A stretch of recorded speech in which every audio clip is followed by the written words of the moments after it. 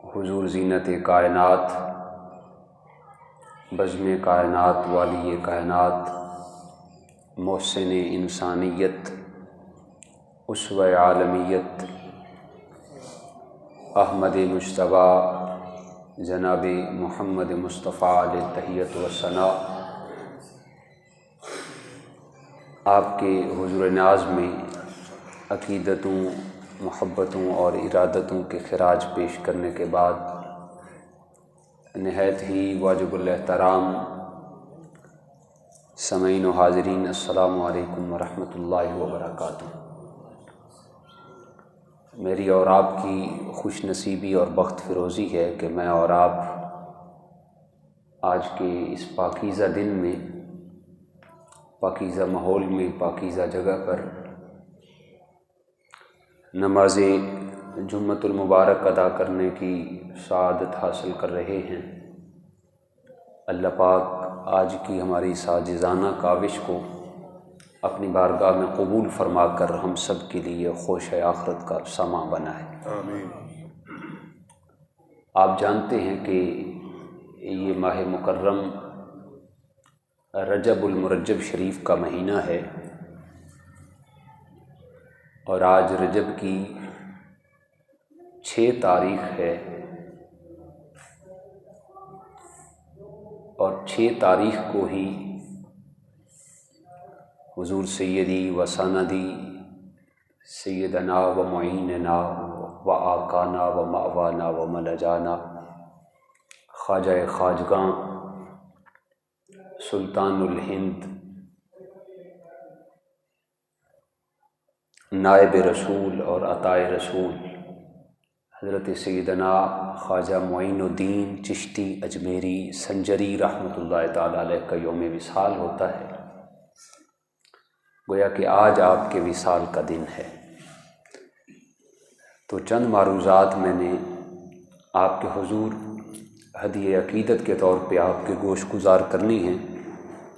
اللہ پاک میری زبان پر اعلی کلمت الحق جاری فرمائے، آمین۔ اور ہماری آج کی یہ چھوٹی سی مسائی جمیلہ جو ہے، اس کو حضور خواجہ غریب نواز کے حلقہ ارادت میں قبول فرمائے۔ کلام سعید کی جو آیت نور میں نے آپ کے گوش گزار کرنے کی سعادت حاصل کی، اللہ پاک نے ارشاد فرمایا وَلَقَدْ كَتَبْنَا فِي الزَّبُورِ، ہم نے زبور مقدس کے اندر لکھ دیا، من بعد الذکر، ذکر کرنے کے بعد، ان الارض یرثها عبادی الصالحون، ہم نے ذکر کرنے کے بعد زبور کے اندر لکھ دیا کہ یہ جو ساری کائنات کی زمین ہے، عبادی الصالحون، یہ وراثت ہے اللہ کے نیک بندوں کی۔ یعنی پوری کائنات کو اللہ تعالیٰ نے اپنے محبوب اور مقبول بندوں کی وراثت قرار دیا، میراث قرار دیا۔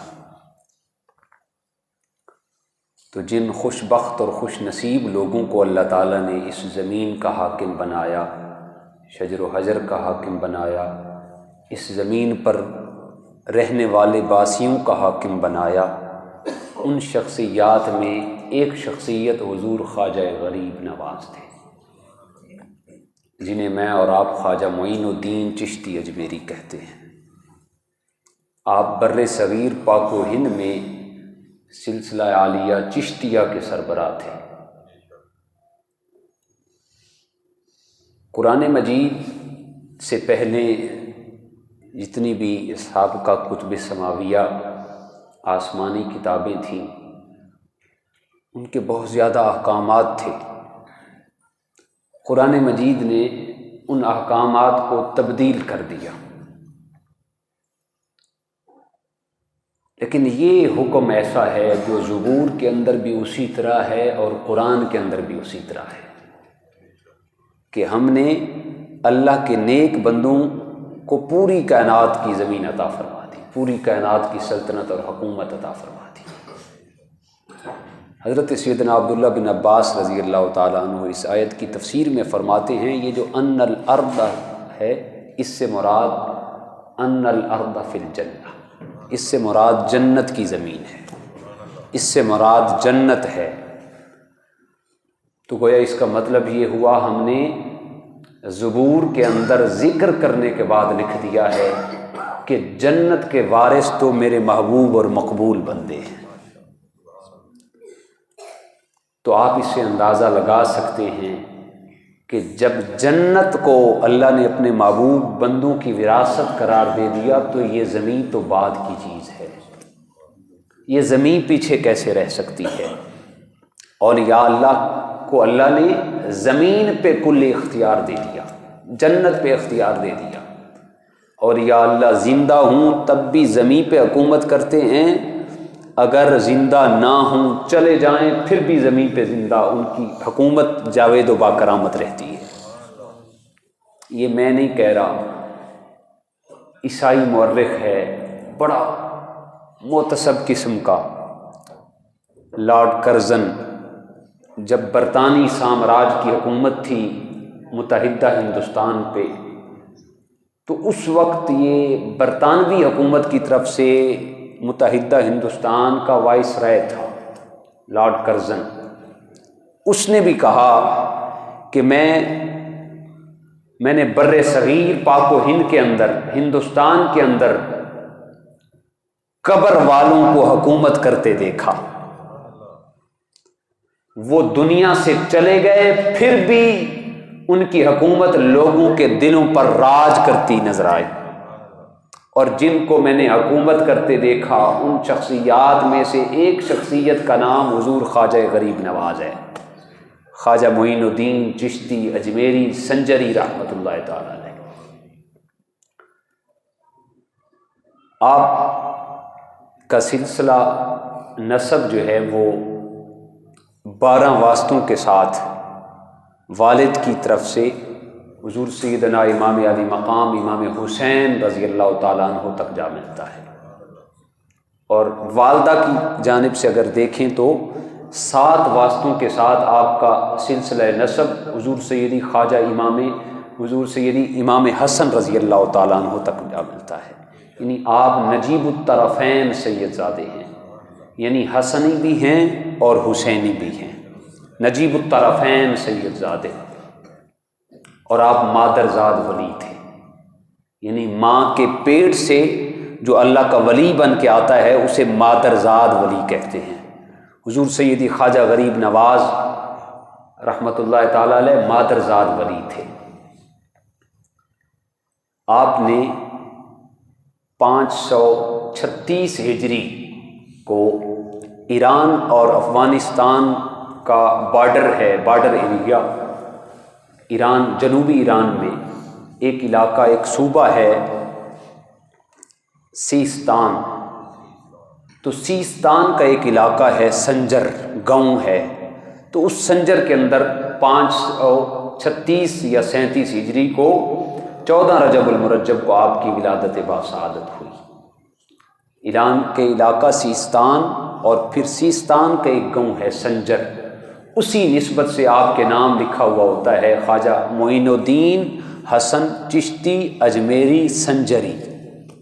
آپ سنجر میں آپ کی ولادت باسعادت ہوئی۔ 96 سال آپ نے عمر پائی، 96 ایئرز آپ نے عمر پائی۔ پھر 633 ہجری کو 6 رجب المرجب بروز پیر آپ داعی اجل کو لبیک کہا آپ نے، آپ اللہ کے حضور ملاقات کے لیے تشریف لے گئے، آپ کا وصال با کمال ہوا۔ جب آپ کی رخصتی ہوئی، آپ کا وصال ہوا، تو جو آپ کی سیرت کے حوالے سے اتھینٹک بک ہے، سب سے پہلے جو لکھی گئی، جو خواجہ نظام الدین اولیاء کے دور میں لکھی گئی، سیر الاولیاء، اس کے اندر آتا ہے جب آپ کا وصال با کمال ہوا تو لوگوں نے دیکھا آپ کی پیشانی دلربا پہ لکھا ہوا تھا حب اللہ حبیب اللہ فی ما تحب اللہ، اللہ کا دوست اللہ کی محبت میں فوت ہو گیا، اللہ کا دوست اللہ کی محبت میں اس دنیا کو چھوڑ کے چلا گیا۔ 96 سال آپ نے عمر پائی۔ 6 رجب المرجب بروز پیر آپ کا وصال با کمال ہوا۔ آج بھی 6 رجب المرجب ہے۔ تو حضور خواجہ غریب نواز جو چشتیوں کے سربراہ ہیں، آپ کا وصال با کمال 6 رجب کو ہوا۔ سیستان کے سنجر نامی گاؤں کے اندر آپ کی ولادت باسعادت ہوئی۔ جس گھرانے کے اندر آپ کی ولادت ہوئی، بڑا امیر اور کبیر قسم کا تاجر ٹائپ اللہ نے جاہ و حشمت بھی عطا کی، مال و دولت اور صاحب ثروت بھی بنایا۔ آپ کے والد ماجد کا نام خواجہ غیاث الدین رحمۃ اللہ تعالی علیہ تھا۔ آپ کی والدہ ماجدہ کا نام حضرت ام الورا بی بی ماہنور تھا۔ صاحب ثروت اور صاحب دولت ہونے کے ساتھ ساتھ آپ کے جو والد ماجد تھے اپنے زمانے کے متقی اور پرہیزگار اور عالم دین تھے۔ آپ نے بچپن تعلیم اپنے والد ماجد سے حاصل کی۔ جب آپ کی عمر مبارک 15 سال کی ہوئی تو آپ نے قرآن مجید حفظ کر لیا۔ جب آپ کے والد ماجد کا وصال ہوا تو آپ 2 بھائی تھے۔ والد کے ورثے میں سے ایک باغ اور کچھ اور چیزیں آپ کے ورثے میں، آپ کے حصے میں آئیں۔ آپ سارا دن باغ کی باغبانی کرتے، اس باغ کی باغبانی کو گزر بسر کے لیے آپ نے منتخب کیا۔ اس باغ کے اندر آپ باغبانی بھی کرتے اور اللہ کا ذکر بھی کرتے۔ ایک دن ایسا آیا، آپ باغ کی باغبانی کر رہے تھے اس وقت کے، اور یہ بھی آپ ذہن میں رکھیں کہ خواجہ غریب نواز رحمۃ اللہ تعالی علیہ یہ حضور غوث العظم رضی اللہ تعالی عنہ کے ماموں زاد بھائی تھے۔ ایک روایت میں خالہ زاد بھائی آتا ہے، ایک روایت میں ماموں زاد۔ جو اتھینٹک ہے وہ یہ ہے کہ آپ حضور غوث العظم کے ماموں زاد بھائی تھے۔ آپ باغ کی باغبانی کر رہے ہیں تو اس وقت کے ایک مجذوب قسم کے عارف باللہ حضور سیدی وساندی شیخ ابراہیم قندوزی رحمۃ اللہ تعالی علیہ آپ باغ کے اندر براجمان ہوئے۔ عالم یہ ہے، تغیر اور تبدل یہ ہے کہ ٹوٹی ہوئی جوتی ہے، بال بکھرے ہوئے ہیں، پھٹے پرانے کپڑے ہیں، باغ کے اندر آپ براجمان ہوئے۔ تو خواجہ غریب نواز نے اسلامی آغوش سے اسلامی تربیت حاصل کی ہوئی تھی۔ آگے بڑھ کر ان کو ویلکم کیا، بٹھایا، بٹھا کے انگوروں کا ایک گچھا لا کے حضور خواجہ ابراہیم قندوزی کے سامنے رکھا۔ شیخ ابراہیم قندوزی نے جب انگوروں کا گچھا کھایا اور پیشانی غریب نواز پہ انوار و تجلیات کی بارش برستی ہوئی دیکھی، وہ بھی عارف باللہ تھے، سمجھ گئے کہ یہ بچہ آگے بڑھ کر دین کا کام کرنے والا ہے۔ اپنی گودڑی نکالی، گودڑی سے روٹی کا ایک خشک ٹکڑا نکالا، نکال کے منہ میں چبایا، چبا کے پھر نکال کر خواجہ غریب نواز کو عطا کر دیا۔ حضور سیدی خواجہ معین الدین معین بے کساں خواجہ غریب نواز نے وہ روٹی کا خشک ٹکڑا کیا کھایا، دل کی دنیا بدل گئی۔ پھر کیا تھا، دل سے دنیا کی محبت ختم ہو گئی۔ کچھ عرصے کے بعد سیر الاولیاء اور سیر کتب الاقطاب کے اندر بھی اور مسالک السالکین کے اندر بھی آتا ہے، آپ نے باغ بیچ دیا، اس کی جتنی بھی رقم حاصل ہوئی آپ نے غریبوں، یتیموں اور مسکینوں پر خرچ کر دی۔ پھر آپ نے سمر اور بخارا کا سفر شروع کیا۔ سمر اور بخارا کے اندر، اور یہ آپ ذہن میں رکھیں کہ پیر بننے کے لیے علم کا ہونا ضروری ہے۔ آج ہم نے جو ذہن کے اندر تخیل بٹھا رکھا ہے، پیر بننے کے لیے بال لمبے ہونے چاہیے، پیر بننے کے لیے ایک بڑی تسبیح ہونی چاہیے، پیر بننے کے لیے 1 مہینے تک غسل نہیں کرنا چاہیے، پیر بننے کے لیے یہ ضروری ہے کہ نماز کے قریب تک نہ آئے۔ یہ تخیل جب سے یہ ذہنی ہمارے ینگ جنریشن اور ہمارے ان پڑھ لوگوں کے اندر اس خیالات اور اس قسم کی فکر نے عروج پکڑنا شروع کیا، اس وقت سے آل سنت و جماعت کو اس زاویے میں دیکھا جا رہا ہے کہ گویا کہ یہ ہیں ہی بدعتی، یہ ہیں ہی مشرک۔ حضور سیدی اعلیٰ حضرت نے جو پیر بننے کے لیے آپ نے رولز قائم کیے فتاوی رضویہ کے اندر، ان میں پہلا رول یہ ہے کہ وہ عالم دین ہو۔ خواجہ غریب نواز نے سب کچھ بیچ دیا، سمر اور بخارا کے اندر حضور خواجہ ہاشم الدین رحمۃ اللہ تعالی علیہ کے ادارے میں جا کر آپ نے داخلہ لیا اور علم حاصل کرنا شروع کر دیا۔ علم نحو پڑھا، علم صرف پڑھا، متکلم بنے، بہت بڑے محدث بنے، بہت بڑے متقی پرہیزگار اور مفسر بنے۔ آپ نے علم دین حاصل کیا۔ علم دین حاصل کرنے کے ساتھ ساتھ جب آپ کی عمر مبارک 23 سال کے لگ بھگ ہوئی، اس وقت جو مروجہ علوم تھے وہاں سے فراغت حاصل کی، تو پھر آپ نے سیر و سیاحت کا سفر شروع کیا۔ اپنے دل کی دنیا کو، ظاہری علم تو سیکھ لیا، اب باطن کو سنوارنے کے لیے، ظاہر کو جب سنوار لیا، باطن کو سنوارنے کے لیے سفر کرنا شروع کیا۔ آپ نے بغداد کا سفر کیا، بصرہ میں پہنچے، ماوراء النہر کے علاقے سے آپ گزرے، حتیٰ کہ ایک مقام پر آپ کی ملاقات حضور سیدی و سندی خواجہ عثمان ہرونی رحمۃ اللہ تعالی علیہ کے ساتھ ہوئی۔ یہ آج کل جو معمول کے مطابق پڑھا جاتا ہے وہ خواجہ عثمان ہارونی پڑھا جاتا ہے، اصل میں یہ ایک علاقہ ہے ہرون۔ تو ہرون کے علاقے کے رہنے والے تھے حضور سیدی خواجہ عثمان ہرونی۔ تو اولیاء اللہ کی یہ عادت ہے کہ ہمیشہ عوام کے اندر آسانیاں بانٹتے ہیں۔ عوام کے لیے ہرونی پڑھنا تھوڑا مشکل تھا، تو بعد میں وہ ہارونی مشہور ہو گیا۔ تو جو چیز عرف عام میں مشہور ہو جائے پھر اس پہ کوئی قدغن نہیں لگائی جاتی، اس کو ویسے ہی استعمال کیا جاتا ہے۔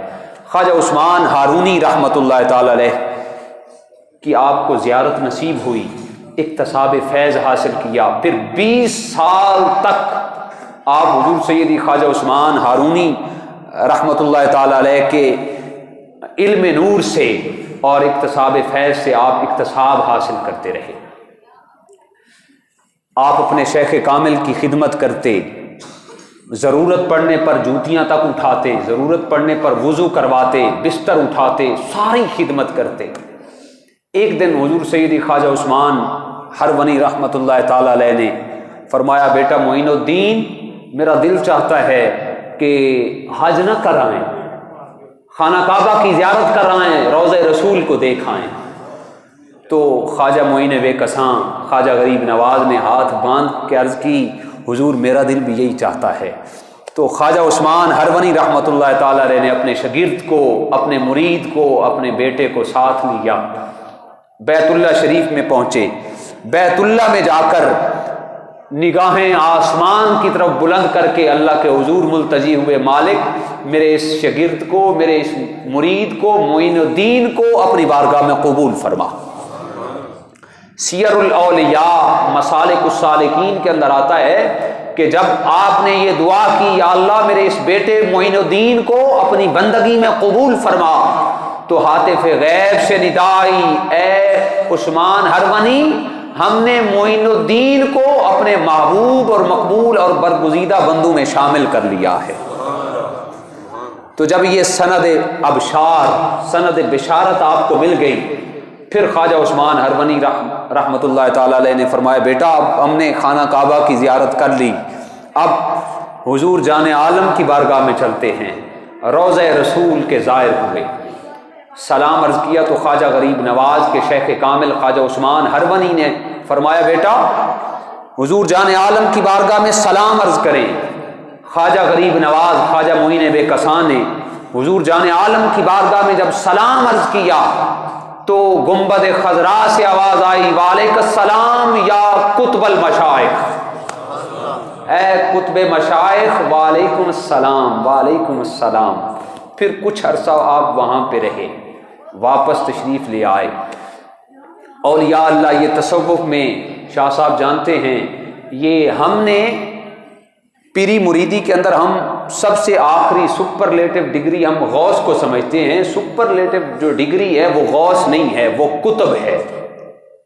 ہر دور میں 3 یا 5 یا 7 قطب رہتے ہیں ہر دور میں، اور پھر ان 7 قطبوں کے اوپر جس کی کمانڈ ہوتی ہے، جسے اتھارٹی ملتی ہے، 7 قطب کے اوپر جو ہوتا ہے اس کو ایک ٹائٹل دے دیا گیا ہے جس کو غوث کہتے ہیں.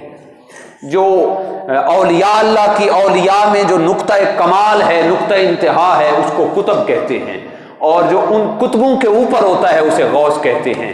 تو میں اگر یہ کہوں تو میں حق جا ہوں گا، یہ کہنے میں مجھے کوئی جھجک محسوس نہیں ہوئی. حضور جان عالم نے فرمایا وعلیک السلام یا قطب المشائخ، اے قطبوں کے مشائخ تجھے بھی سلام ہو. تو خواجہ غریب نواز کی درگاہ، آپ کی جو صفت ہے، آپ کی جو شخصیت ہے، وہ صرف غوث نہیں ہے بلکہ وہ تو اولیاء اللہ کو غوث بنانے والے ہیں، وہ تو اولیاء کو قطب بنانے والے ہیں، وہ تو اولیاء کو سالک کے سلوک کے راستے پہ گامزن کرنے والے ہیں. آپ پھر وہاں سے واپس آئے، کچھ عرصہ گزارا بغداد کے اندر، اور عہد الدین کرمانی کے ساتھ ملاقات ہوئی، اور خواجہ نجم الدین کبریٰ کے ساتھ بھی آپ کی بغداد میں ملاقات ہوئی. سب سے پہلی ملاقات حضور نظام الدین اولیاء کے ساتھ بھی بغداد میں ہوئی. یہ وہ وقت تھا جب وسط ایشیا میں چنگیزیوں نے یہاں پہ فتنہ برپا کیا تھا، اور انہوں نے سب سے پہلے عراق کو، پھر ایران کو، سب سے آخر میں بغداد پہ انہوں نے جب چڑھاوا بولا سب سے آخر میں بغداد تھا. تو سارے اولیاء اللہ نے وہاں سے پھر ہجرتیں کر کے، فلسطین کے کچھ اولیاء تھے، کچھ عراق کے تھے، کچھ ایران کے تھے، انہوں نے اپنا مرکز بغداد کو بنا لیا تھا.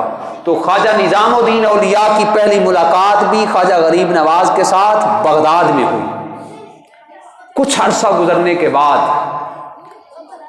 ایک بچے کو اوپر بھیج دیں، کچھ عرصے کے بعد پھر آپ کا پھر بلاوا آیا حضور جان عالم کی بارگاہ میں. پہلے شیخ کامل ساتھ تھے، جب دوسرا بلاوا آیا تو آپ اکیلے پہنچے.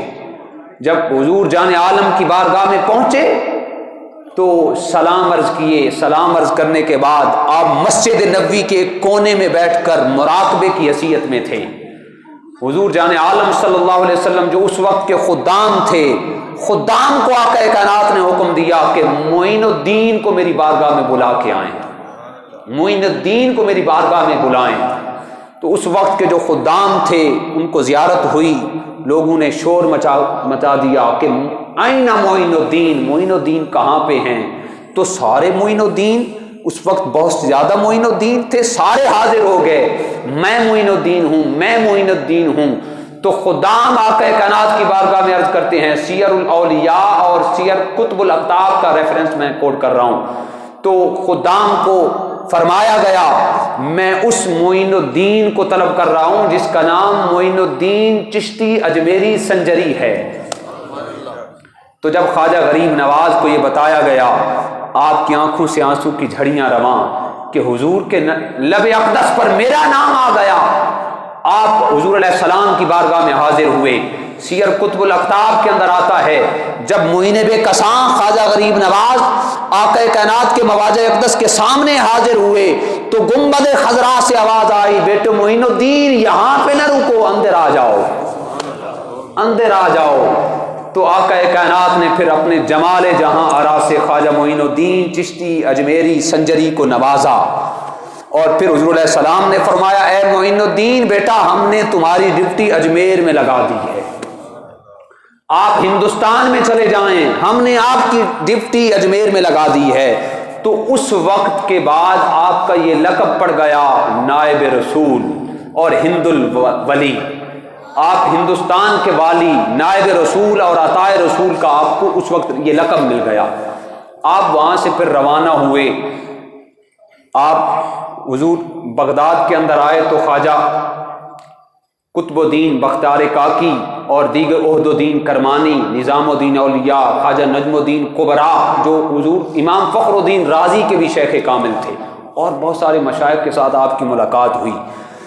کچھ روایات کے اندر آتا ہے کہ حضور غوث اعظم آپ کے ہم عصر تھے، لیکن ایک روایت میں نے یہ پڑھی کہ جب آپ کو دوسری مرتبہ نائب رسول بنا دیا گیا، اجمیر کا حکم نامہ ملا، اس وقت 661 ہجری تھی اور 662 ہجری، اور حضور سیدی غوث اعظم کا جو وصال ہے وہ 661 ہجری میں ہو چکا تھا۔ ایک روایت میں یہ آتا ہے۔ ایک روایت میں ہے کہ آپ ہم عصر تھے، خواجہ غریب نواز حضور غوث اعظم کے ہم عصر، اور ان کی مجالس کو آپ نے اٹینڈ کیا۔ وہاں سے ہوتے ہوئے اگرچہ ہم عصر تھے، دونوں روایات کو لے لیا جائے، ہم عصر تھے یا مزار پہ حاضر ہوئے، پھر حضور غوث الاعظم نے فرمایا معین الدین اس تاکید کو یاد کرو کہ آپ کی ڈپٹی تو حضور فخر عالم نے، جان عالم نے اجمیر میں لگا دی ہے۔ تو خواجہ غریب نواز وہاں سے پھر سفر کرتے کرتے دریائے سندھ سے ہوتے ہوئے ہمارے ہاں لاہور میں تشریف فرما ہوئے۔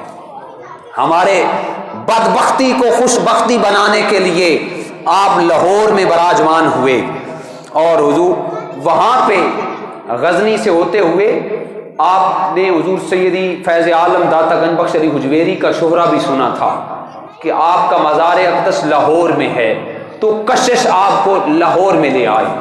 حضور خواجہ غریب نواز نے پھر حضور فیض عالم کے قدمین والی سائڈ پہ 56 دن یا 40 دن آپ نے قدموں والی سائڈ پہ چلا کیا، اور بے شمار انوار و معرفت اور علوم و حکمت کے خزانے حاصل کیے۔ 56 دن یا 40 دن کے بعد جب واپس جانے لگے تو حضور خواجہ قطب الدین بختار کاکی رحمۃ اللہ تعالی علیہ فرماتے ہیں، جب ہمارے شیخ کامل خواجہ غریب نواز داتا گنج بخش علی حجویری کی درگاہ سے رخصت ہونے لگے، جہاں جہاں تک آپ کی نظر پڑتی رہی وہاں تک آپ نے خواجہ غریب نواز نے حضور فیض عالم کو کمر نہیں کی بلکہ الٹے پاؤں چلتے رہے، اور جب سب سے آخری نگاہ ڈالی تو زبان حال سے، زبان فیض سے یہ لب واہ ہوئے اور پکار اٹھے، گنج بخش فیض عالم مظہر نور خدا، ناک ساراں پیر کامل کاملانہ رہنما۔ خواجہ غریب نواز نے وہاں سے فیض حاصل کیا، پھر وہاں سے چلتے چلتے آپ دہلی میں پہنچے، دہلی سے چلتے چلتے پھر اجمیر میں پہنچے۔ بیجنگ آف اسلام میں ڈی ایچ آرنل نے یہ لکھا کہ خواجہ غریب نواز دہلی سے لے کر اجمیر تک پہنچنے میں یہ جو درمیانی راستہ تھا آپ نے 700 خاندانوں کو مشرف با اسلام کر دیا تھا، 700 خاندانوں کو مشرف با اسلام کر دیا، اور 700 خاندانوں میں علماء نے لکھا 40,000 افراد شامل تھے۔ دہلی سے سفر کیا، اجمیر تک پہنچتے 40,000 لوگوں کو دائرہ اسلام میں داخل فرما دیا۔ نگاہ ولی میں وہ تاثیر دیکھی، بدلتی ہزاروں کی تقدیر دیکھی۔ سبحان اللہ۔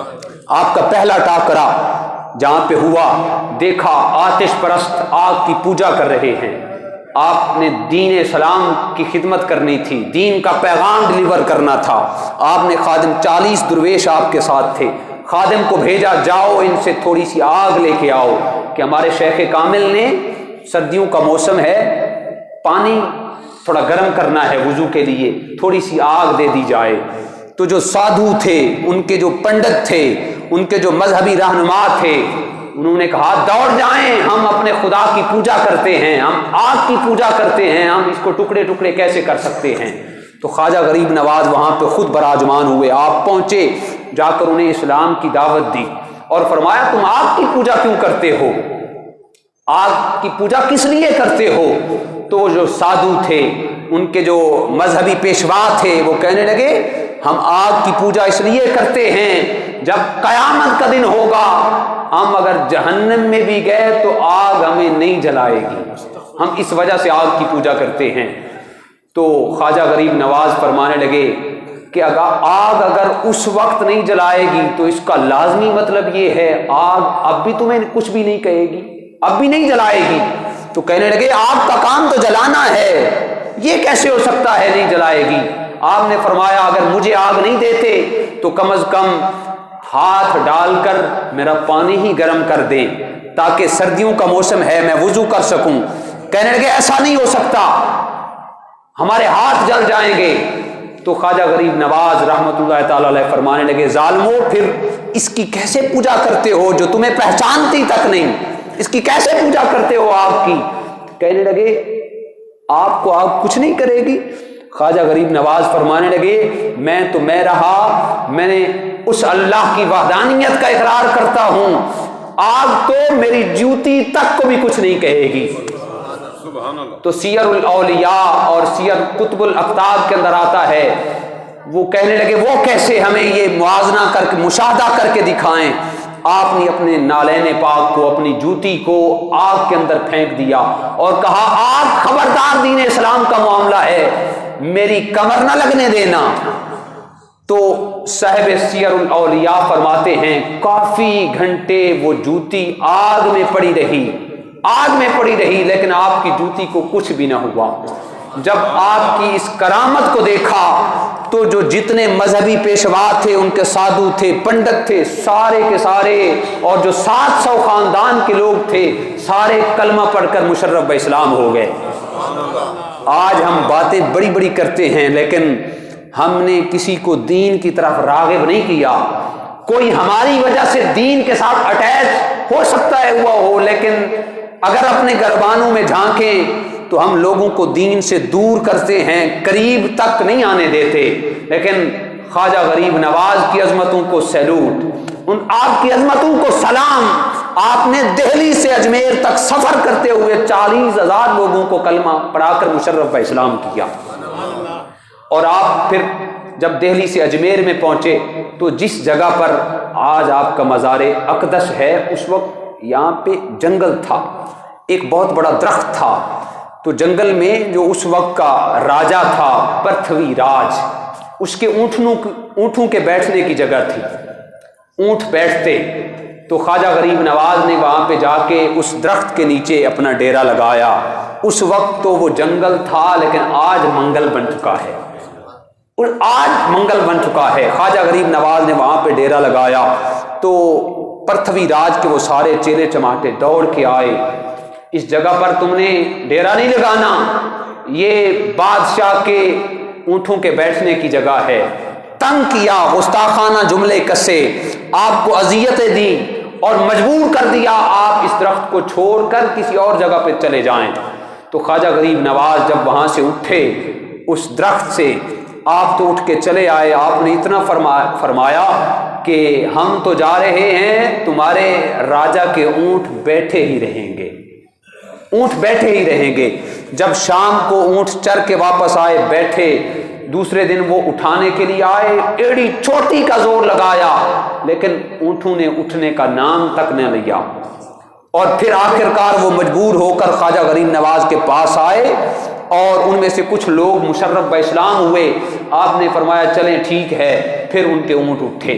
پھر آپ جو انا ساگر جھیل تھی جو آپ کے مزار کے ساتھ ہے، اللہ ہم سب کو جانے کی توفیق دے، انشاءاللہ جائیں گے۔ آج کل تو حالات ویسے خراب ہیں، آج آپ کا عرس ہے 6 رجب المرجب کو، تو انا ساگر جھیل کے قریب آ کر آپ نے ڈیرا لگایا۔ وہ دریا کی مثل بہت خوبصورت حسین و جمیل جھیل۔ تو اس جھیل کے آس پاس سارے اس وقت چرچ تھے اور ان کے کیا کہتے ہیں جی، پنڈت کے عبادت گھر، معبد خانے بنے ہوئے تھے۔ تو آپ اس جھیل سے وضو کرتے، غسل کرتے، پانی پیتے اور سارا معاملہ کرتے۔ جب وہاں کے سادھو نے دیکھا کہ خواجہ غریب نواز نے تو یہاں پہ ڈیرا لگا دیا ہے، تو وہاں کے سادھو نے یہ آرڈر نامہ جاری کر دیا کہ آج کے بعد انا ساگر جھیل سے ان مسلمانوں کو پانی تک نہ لینے دیا جائے۔ آپ کو اٹھایا، وہاں سے بھی رخصتی پر مجبور کیا۔ جب آپ انا ساگر جھیل کو چھوڑنے لگے تو آپ نے اپنے ایک درویش کو فرمایا چلو یہ یہاں پہ ہمیں رہنے تو نہیں دیتے، ایک لوٹا پانی ہی لے آؤ تاکہ ہم وضو کر سکیں۔ تو درویش پانی کا لوٹا بھرنے کے لیے انا ساگر جھیل کے قریب پہنچا۔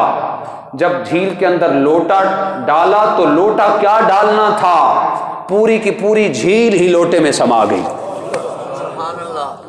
پوری کی پوری جھیل لوٹے کے اندر، سارے کا سارا پانی لوٹے میں آ گیا۔